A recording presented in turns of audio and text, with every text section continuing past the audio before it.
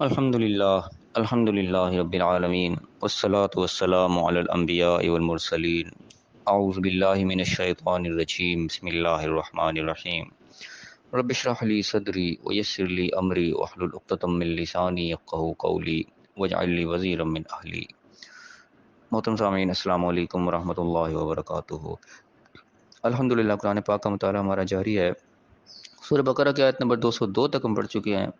آج انشاءاللہ آیت نمبر 203 سے آیت نمبر 207 تک پڑھیں گے۔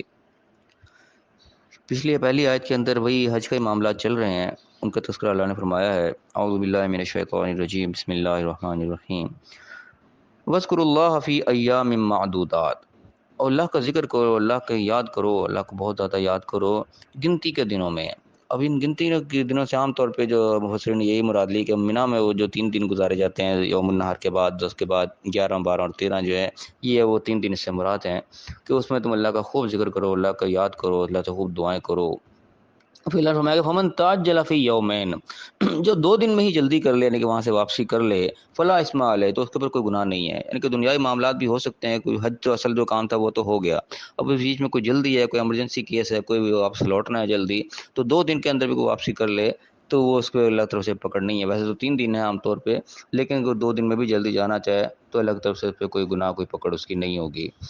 اور دوسرا فرمایا کہ ومن تأخر، اور جو کوئی تاخیر کرے، دیر کرے، فلا اسم علیہ، تو اس کے اوپر بھی کوئی گناہ نہیں ہوگا۔ لمن اتقی، جو کہ تقوی کے اوپر مبنی بات ہوئی ہے، یعنی کہ احساس اللہ کا یہاں پہ ہو کہ اگر دیر کر رہا ہے تب بھی وہ اللہ کے خوف سے، اس کے اندر کوئی دنیا دکھاوا ہو، کوئی مقصود نہ ہو۔ اگر جلدی بھی پلٹ رہا ہے تو اس کے اندر بھی اللہ کا تقوی ہونا چاہیے کہ اللہ کے سامنے جواب دہ ہونا ہے کہ جلدی پلٹ رہا ہے تو کیوں پلٹ رہا ہے، کوئی معقول وجہ اس کے اوپر ہونی چاہیے۔ یہ نہ کوئی دنیا کے لالچ کے اندر پہ وہ بھاگا چلا جا رہا ہو، اللہ سے سوال ہوگا، اس معنی اللہ تعالیٰ پوچھ کرے گا اس چیز کی۔ تقوی سے مراد یہ اصل میں یہ مفہوم اس کا بنتا ہے کہ اللہ کا احساس ہر وقت ہمارے دل میں موجود ہو کہ جو بھی میں کام کر رہا ہوں، میں نے اللہ کے سامنے اس کا جواب دہ ہونا ہے، اللہ تعالیٰ نے میرے سے پوچھنا ہے اس بارے میں۔ تو اس احساس کے ساتھ اگر کوئی جلدی کر رہا ہے تو اس کو بھی کوئی حرج نہیں ہے، اور اگر تھوڑی دیر بھی کر رہا ہے تو اس پہ بھی کوئی حرج نہیں ہے۔ اب یہاں دیر سے مراد عام طور پہ شاید یہی علماء نے بیان کیا کہ 3 دن پورے کر لے تو اس پہ کوئی حرج نہیں ہے، لیکن یہ بات یہاں کو تھوڑی سی مناسب نہیں لگتی۔ جس انداز سے اللہ نے بات کی، یہاں یوں محسوس ہو رہا ہے کہ 3 دن سے زیادہ بھی اگر ٹھہرنا چاہے تب بھی اس پہ کوئی گناہ نہیں ہے۔ وہ 3 دن پورے کرنے مقصود، تو اس پہ گناہ والی تو بات تو آنی ہی نہیں چاہیے۔ اول تو اس میں یہ بھی نہیں ہونا چاہیے کہ جو تاخیر کرے، جو مکمل کرنے کی بات ہونی چاہیے، آپ کے جو مکمل کر لے تو اس پہ بھی کوئی گناہ نہیں ہے، لیکن گناہ والی بات یہاں پہ ویسے ہی یعنی کہ فٹ نہیں بیٹھتی۔ یہ اسی صورت میں فٹ بیٹھ رہی ہے جہاں ایک طرف جلدی کی بات ہو رہی ہے، 2 دن میں جلدی کر کے آ جائے تو اس پہ بھی کوئی گناہ کو پکڑ نہیں ہے۔ ہاں کوئی تاخیر کرتا ہے، کوئی دیر بھی کرتا ہے، گویا کہ 3 دن سے زیادہ بھی لگاتا ہے، گویا کہ اس کی اللہ کی یاد میں زیادہ دل لگ رہا ہے، وہاں پہ وقت زیادہ گزارنا چاہتا ہے کہ میں موقع مجھے مل گیا دوبارہ کبھی ملے نہ ملے، لیکن اس میں کوئی دکھاوا مقصود نہ ہو کہ میں بڑا نیک اپنے آپ کو سمجھنے لوگ کہیں یہ بڑا ہے تو اللہ کو اللہ کو بڑا ٹائم لگا رہا ہے، یہ مقصد نہ ہو، دل میں تقوی دل میں ضرور موجود ہو۔ اس تقوی کے ساتھ، اس احساس کے ساتھ وہ 3 دن کے اوپر بھی لگانا چاہ رہا ہے تو اللہ کی طرف سے کوئی اس پہ پکڑ نہیں ہے، یعنی کہ کوئی فارغ شخص ہے، کوئی اوپر کوئی ایمرجنسی بھی نہیں، کوئی جلدی بھی نہیں، دنیاوی ایسی مصروفیات نہیں ہے کہ واپس پلٹنا بہت ضروری ہے، تو فارغ وقت اس کے وقت موجود ہے تو اس فارغ وقت کو اللہ کے ساتھ وہ گزارنا چاہ رہا ہے، تو 3 دن سے زیادہ بھی وہ لگا لیتا ہے تو اللہ نے اس کی بھی اجازت دی کہ اس کو کوئی گناہ نہیں ہے۔ بظاہر یہ بات اس طرح ہی لگتی ہے، واللہ عالم۔ تو اس میں اللہ تعالیٰ نے دونوں طرف آپشن دے دی کہ جلدی کر لے تب بھی، تو دیر نے تاخیر کر لے تب بھی کوئی اس میں گناہ نہیں ہے۔ تقوی اس میں شرط ضرور ہے کہ وہ تقوی اس کے دل میں ہونا چاہیے، کوئی دنیاوی مقصد نہ ہو، نہ دنیاوی دکھاوا کو مقصد ہو، نہ دنیاوی کوئی لالچ اس کے اندر ہو۔ پھر دوبارہ اس بات کو دہرا دیا کہ واتقوا اللہ، اللہ کا تقوی ضرور اختیار کیے رکھو، اس کے بغیر کوئی کام نہیں چلنا۔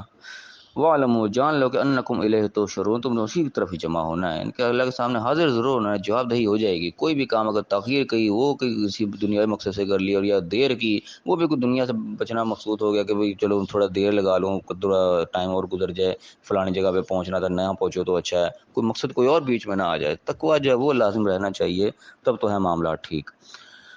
اور فرمایا کہ ومن الناس، اب یہاں پہ ایک دنیائی معاملات آ رہے ہیں، یہاں پہ اللہ تعالیٰ ایک منافقین کا یہاں پہ تذکرہ کر رہا ہے، گویا کہ ایسے لوگ ہمارے ارد گرد موجود ہوں گے، ان کے لیے اللہ تعالیٰ ہمیں الرٹ کر رہا ہے کہ ایسے لوگوں سے بچ کے رہو، ہوشیار رہو۔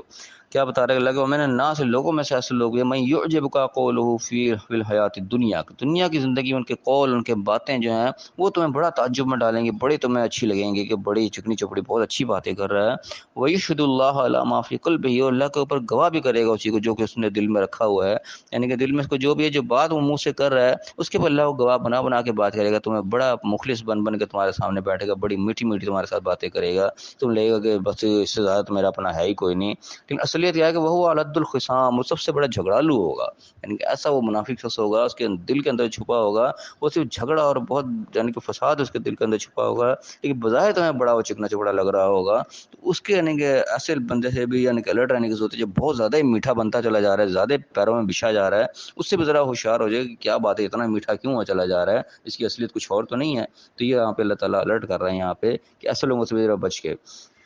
اللہ نے کیا بات بتائی کہ وَإِذَا تَوَلَّى، جب واپس پلٹے گا ادھر اپنے لوگوں میں واپس جاتا ہے تو کیا کرے گا، سعى فِي الْأَرْضِ لِيُفْسِدَ فِيهَا، تو کی ساری کوشش صحیح دوڑ بھاگ ہوگی زمین پر فساد کرنے کے لیے کہ زمین کس طریقے سے لوگوں کے درمیان فساد ڈلوا دوں، میٹھی میٹھی باتیں کر کے اس کی باتیں بتا دیں کہ فلانا تو ایسا ہے، فلانا بڑا میٹھا بن کے آپ کا سگا بن کے بتا رہا ہے کہ فلاں فلاں آپ کے ساتھ میں یہ باتیں کرتا ہے، آپ سمجھو کہ بالکل یہ تو میرا بڑا اپنا ہی ہے، یہ تو مجھے بڑی خیر خواہی کر رہا ہے، مجھے بڑی پکی رپورٹ دے رہا ہے، تو وہ دوسری طرف جا کے دوسری باتیں کرنی ہے، نتیجتاً کیا کہ فساد کروا دینا، اس کی بھی اس کی لڑائی کروا دینی، اور اس میں کیا کرے گا، وَيُهْلِكُ الْحَرْثَ وَالنَّسْلَ، یعنی کہ حرث مراد کھیتی، نسل سے مراد آگے جو نسل چلتی ہے، گویا کہ لوگوں کا جانی اور مالی نقصان کرے گا، جب لوگوں کے درمیان لڑائی ہوگی، فساد ہوگا تو بھی جانی نقصان بھی ہوگا، مالی نقصان بھی ہوگا، تو یہاں دونوں چیزوں کو اللہ نے اشارتاً بتا دیا کہ نسل و عزت اور حرث دونوں چیزیں، کھیتی اور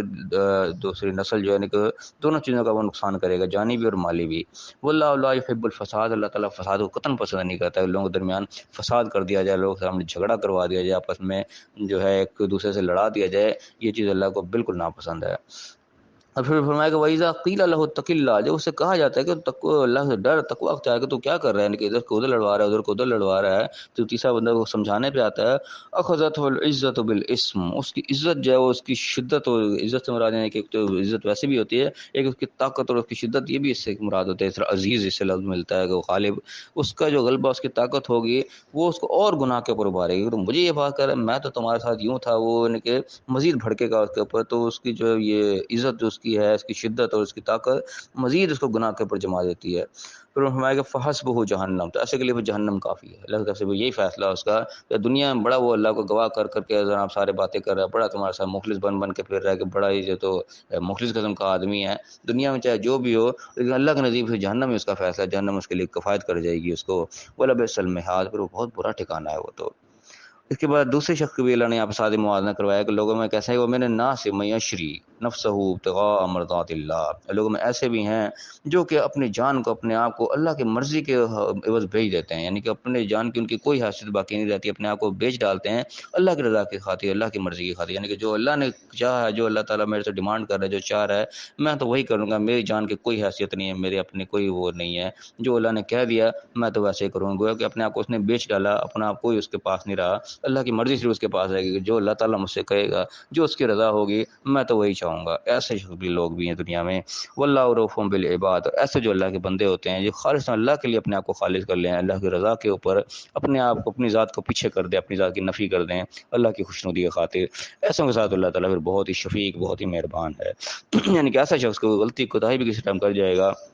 اللہ تعالیٰ اس کے ساتھ مہربانی والا معاملہ کرے گا، اس کے لیے اللہ تعالیٰ وہ حسب و جہنم نہیں کرے گا، اس کے لیے ایسی پکڑ نہیں کرے گا، بشرطیکہ اس کے دل کے اندر خلوص ہو، تقویٰ ہو، ایسا کہ وہ واقعی اپنے آپ کو اللہ کے لیے خالص کر لے، جس طریقے سے وہ آیت آتی ہے کہ ان صلاتی و نسکی و ماحیا و مماتی للہ رب العالمین، کہ ہر چیز کا عبادت بھی، اس کی زندگی کا جینا مرنا، ہر چیز وہ اللہ کے سپرد کر دے گا، جو بھی کام میں کروں گا، میری زندگی بھی اللہ کے لیے، میری موت بھی اللہ کے لیے، میری عبادت، میری دعائیں جو بھی ہے سب کا سب اللہ ہی کے لیے ہے۔ جو اس روش کے اوپر آ گیا، اس روش کے رہتے ہوئے بھی شیطان کو کہیں نہ کہیں غلطی کروا سکتا ہے، کوئی ایسی بڑی بات، انسان ہے، غلطی خطا ہو جاتی جانے انجانے میں، لیکن جو اس روش کے اوپر چل رہا ہوگا، تو اس روش پہ چلتے چلتے اگر کچھ سے کوئی غلطی خطائی ہو بھی گئی تو اللہ تعالیٰ اس کے ساتھ مہربانی والا معاملہ کرے گا، اسے پکڑ نہیں کرے گا، اس کو انشاءاللہ مشکل سے وہ نکال لے گا۔ تو اللہ تعالیٰ ہمیں صحیح سمجھنے کی توفیق عطا فرمائے، ایسے لوگوں سے بچنے کی توفیق عطا فرمائے جس میں اللہ تعالیٰ نے بتایا کہ ولد الخصام بتایا کہ اوپر اوپر سے بڑے چکری چپڑی باتیں کر رہے ہیں، اندر سے ان کا جو ہے وہ معاملات دوسرے ہیں، اور بالکل ایسے لوگ نظر آتے ہیں، ہم دیکھیں ارد گرد میں ایسے لوگ نظر آئیں گے جو بظاہر بڑے ہی میٹھے ہو رہے ہوں گے، بچھے جا رہے ہوں گے، لیکن حقیقت ان کی ایسی نہیں ہوگی، ایسے لوگوں سے ہم بچ کر رہیں، اللہ تعالیٰ ان لوگوں میں ہمیں بھی شامل کرے جن کو اللہ تعالیٰ نے بتایا کہ وہ اپنے ہر چیز اللہ کے سپرد کر دیتے ہیں، ایسے لوگوں میں اللہ ہمیں بھی شامل کرے، ایسے لوگوں سے ہمارے واسطہ پڑھائے اور ایسے لوگوں سے ہمیں محفوظ رکھے جو کہ ہمارے لیے نقصان کا باعث بنے۔ اللہ تعالیٰ ہمیں صحیح سمجھنے، صحیح عمل کرنے کی توفیق عطا فرمائے اور دنیا آخرت دونوں جگہ کامیاب فرمائے، آمین، وآخر دعوانا ان الحمد للہ رب العالمین۔